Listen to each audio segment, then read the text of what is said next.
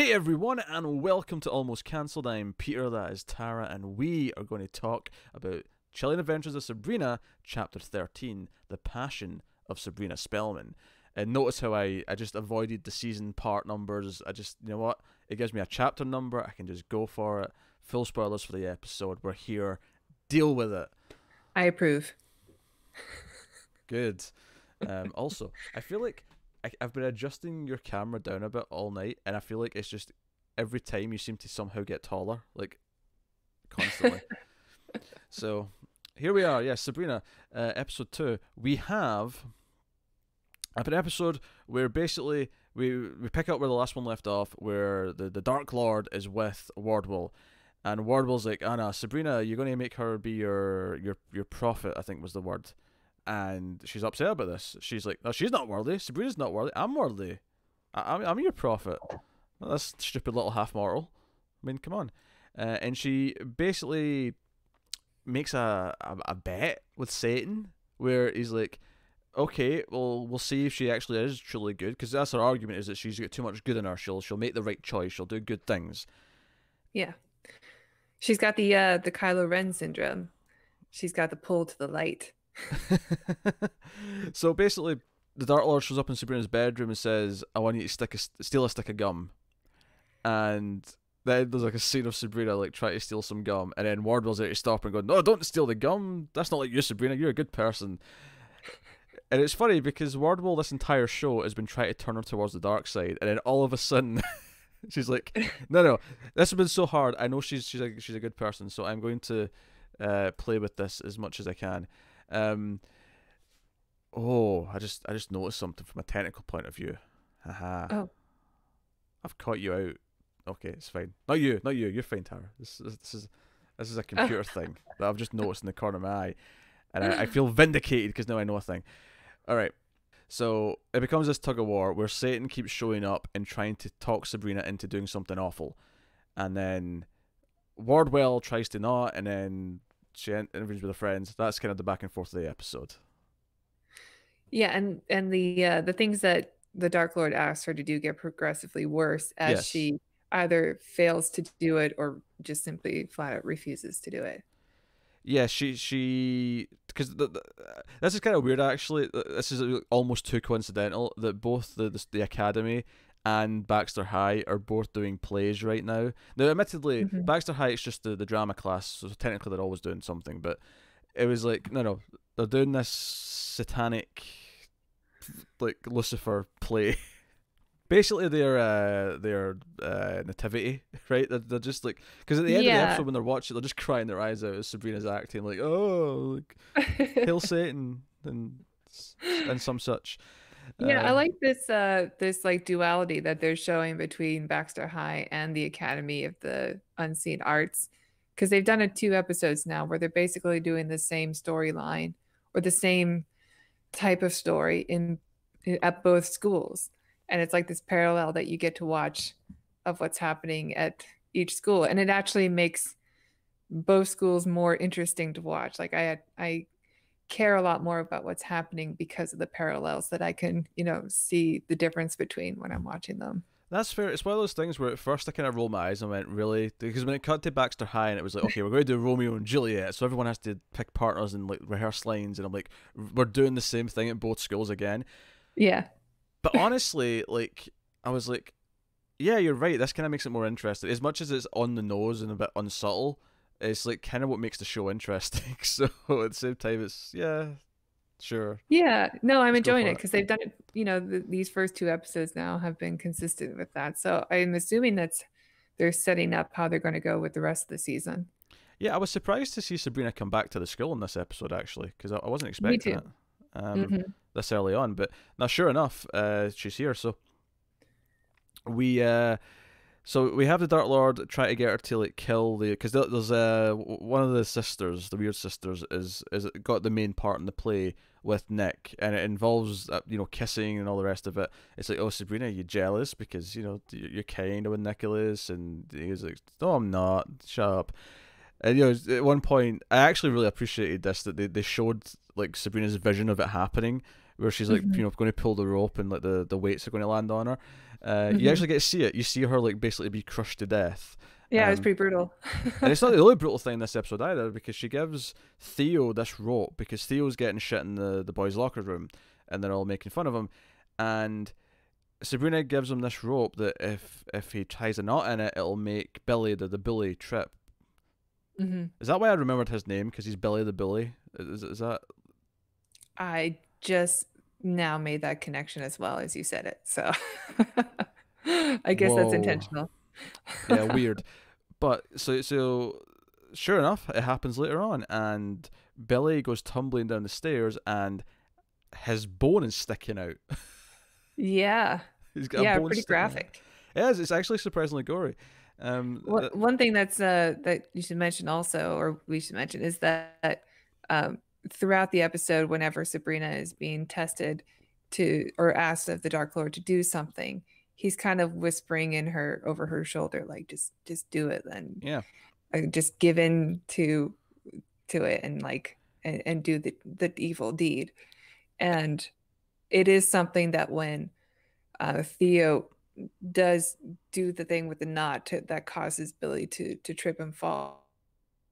Also says that he heard a voice in his head telling him to yeah. just, do the evil deed.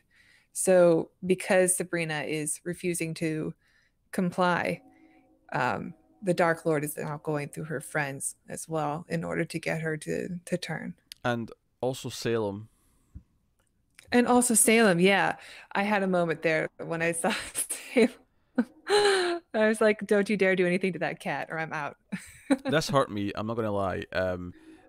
Salem's like lying there with like vomit in front of him, and Sabrina's like Salem, and I'm like, no, no, not the cat, never the cat. Do whatever he's asking. Sabrina, if he asks you to murder someone, you do it. You save Salem's life. You hear me?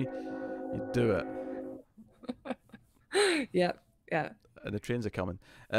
So, no, Missed my ride again. no, I like this side of the episode. Sabrina's like struggle. I mean, I think Sabrina is usually the best part of the episodes, partly because Kiernan Shipka's like such a magnetic lead, Yeah, she's and great. I think this plot, because it was like test, because again the whole show's been about her like picking a side between her mortal life and her satanic life, and this episode being like a test of her thing. And it's, on the one hand, I think ultimately the story is going to be that she does manage to find like a path and resist it or whatever. But we're quite early on in season 2 for that, or part 2 for that. I don't expect her Uh-huh. to save the day and be heroic and solve the problem in episode 2. So naturally, she eventually gives in. Although they do kind of play it in this way where the Dark Lord asks her to burn down the school, Baxter High, and I will say we didn't mention it, I don't think, last episode, but there was a scene at the start of last episode where she kind of dreamed about this, of coming into the school with the gas tank and pouring the gasoline everywhere. I completely forgot about that. I, But I'm yeah, pre- you're right. I'm pretty sure that was the opening scene of the first episode, Oh, yeah. Okay. and it never came back up. So, which is why I think we forgot to bring it up, because it was never like followed up on in any kind of meaningful way. Uh-huh. But yeah, so and she's lit the match, she's going to do it, and then he's like, "That's enough. You were going to do it. That's enough for me. You've proven you were willing to do so." But then later on, it's like, "Oh, are you playing chicken with the Dark Lord?" And she's like, "Yeah, I mean, I don't really know if I was going to do it, but like, I just had to really go for it." And Mm-hmm. but it ends with this. Well, The final scene is this scene where she does steal the gum. Like, she just does it because, and it's like, okay, she's not full on evil, but the fact that she's now willing to do this at the end is like, but she's a little bit evil now. right, because in the beginning she was so hesitant to do it. Like this is not her nature. Yeah, it's like is it Hilda that says this? That it's a cumulative. It's not like an everyday thing. Like one. It's wordable. It starts with a small thing and then it snowballs, right? And it's Yeah. the idea that, okay, she might not have really been willing to burn down the school, and she may not have been really willing to do a lot of the other things that was asked of her, but by the Mhm. end of all this, she's willing to do the first thing, which was just steal the gum. Um, Mhm. Yeah. so And I it's bought a, it too. I bought it from her performance that this is just a change of character for her, that this is something that this is actually easy for me to do, you know. and I think ultimately as the viewer, you're kind of rooting for her to not go down the dark path. You want her to like not because there's actually we've not even talked about the reunion with Harvey that happens in the middle of the episode where Roz is what is going to be Juliet to Harvey's Romeo, Hmm. and by the way, they're rehearsing the lines a lot. There's so many times in this episode where Sabrina looks over and they're sitting with their play, like reading lines, and I'm like, teenagers are not this dedicated. They don't do it Yeah, this often, right? this is a fantasy for sure. This is the night before. They crashed. They burn through it the night before, and that's it.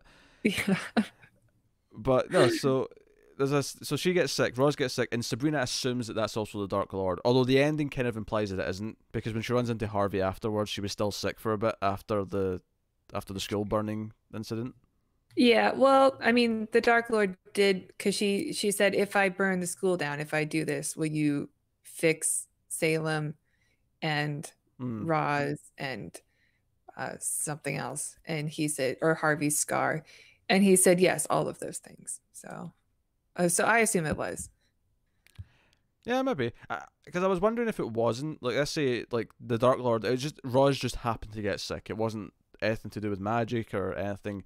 Like, what's the reading of that in terms of a thematic thing? That Sabrina just assumed that a bad thing that happened was intentionally directed at her. Like, is there something we can pull from that as a? Well, that would be consistent with what happened in the first episode because she thought that somebody was being malicious towards her That's and true. summoning demons, but actually it was her own actions that brought the demons. And I think that's interesting. Uh, if that is a theme we're going to play with, where there's a lot of things in this episode that are like the Dark Lord is specifically doing, but there are some bad things that just happen because bad things happen, and Yeah. it's not like a thought out or planned thing. So I thought that was curious, but I think you are rooting for her to ultimately succeed and not go down the dark path. But so she's with Harvey, and they get paired up. They're rehearsing the lines, and apparently there's just too much romance in Romeo and Juliet that they burst into kissing, Drama and kids. then it cuts to them in his bedroom, and she's on top of him. The clothes are coming off. They're Let going me tell you fuck. something.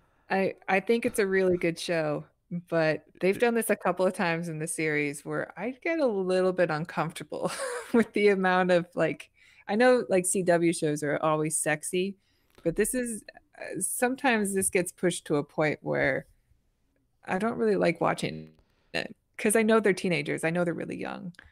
I think as well in this case, I think the cast are a little bit younger, where they're actually teenagers. Whereas on CW, I feel like they're usually like 22, so it's like, Yeah. okay, technically they're telling me they're in high school, but I know they're actually whatever. Yeah, I don't enjoy it.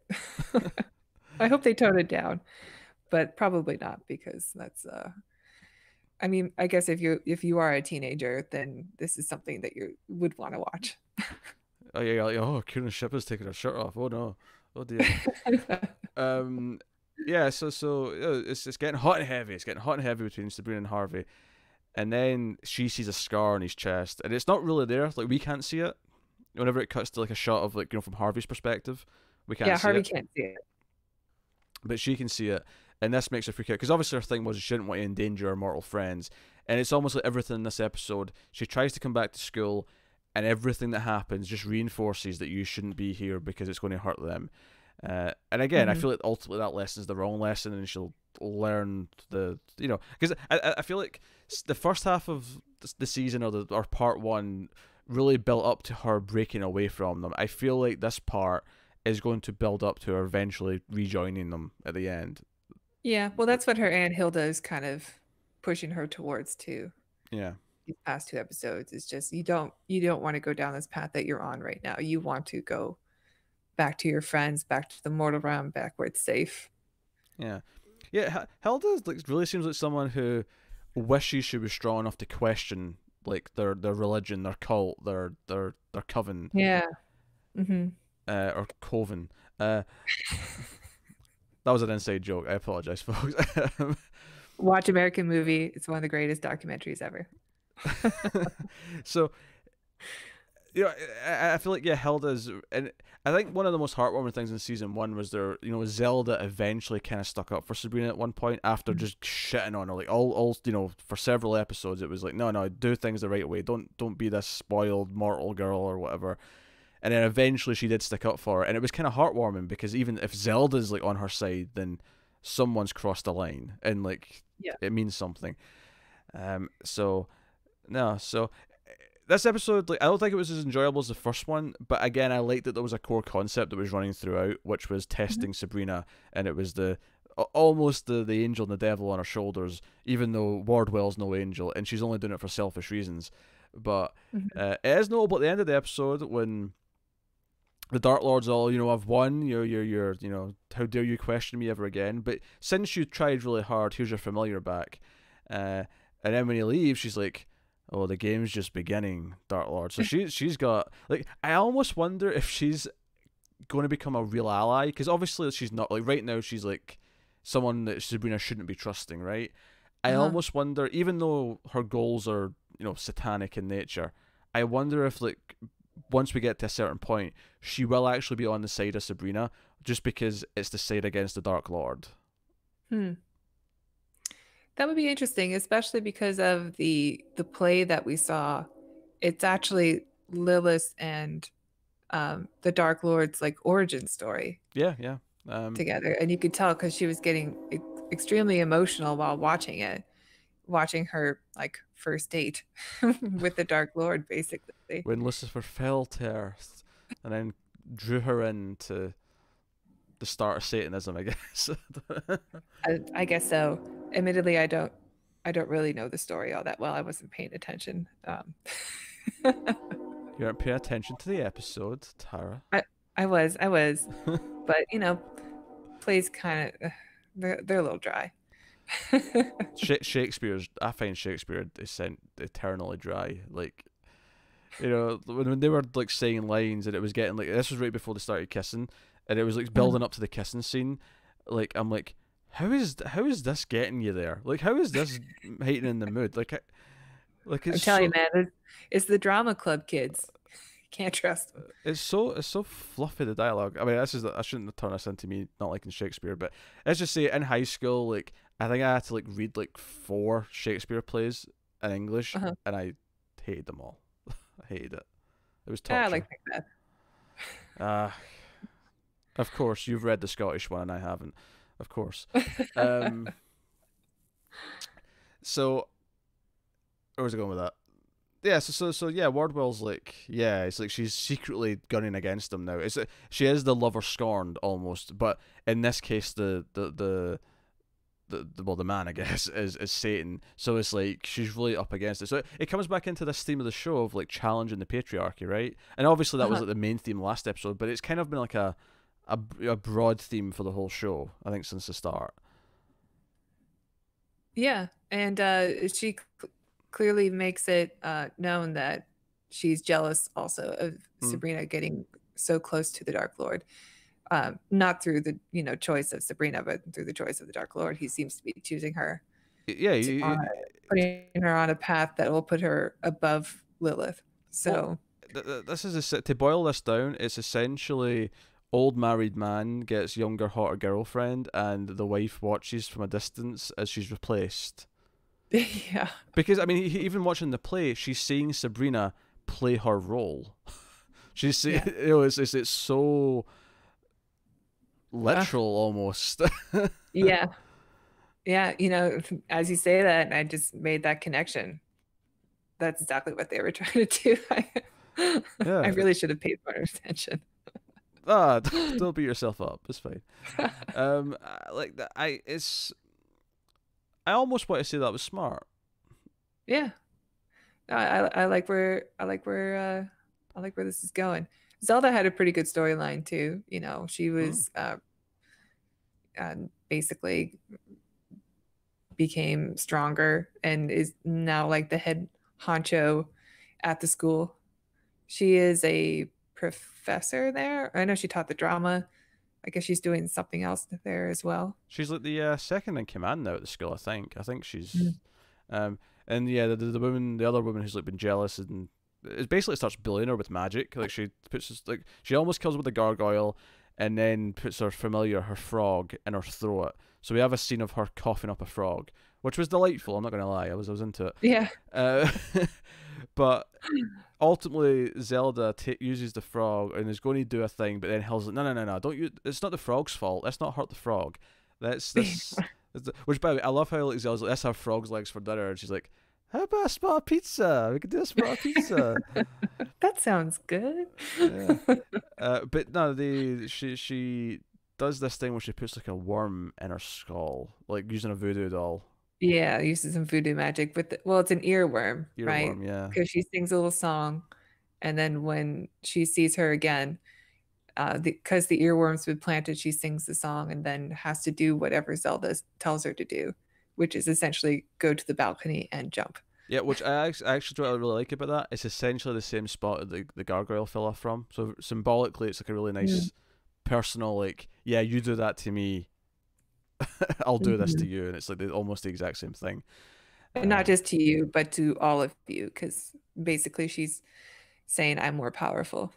Yeah, because again, even this sort of ties back into the themes of the show, where this is another example of like other women are giving her shit because she's found success, and sure, there's some truth to what they're saying, and that she was sleeping with Blackwood. Would? This is your fault. One of these days we'll get it. You said last episode you could never remember, and I was doing fine. I was doing perfectly fine. Yes, Blackwood. Thank you. Faustus Blackwood. Oh, or Faustus. Faustus. Faustus. Yeah. Yeah.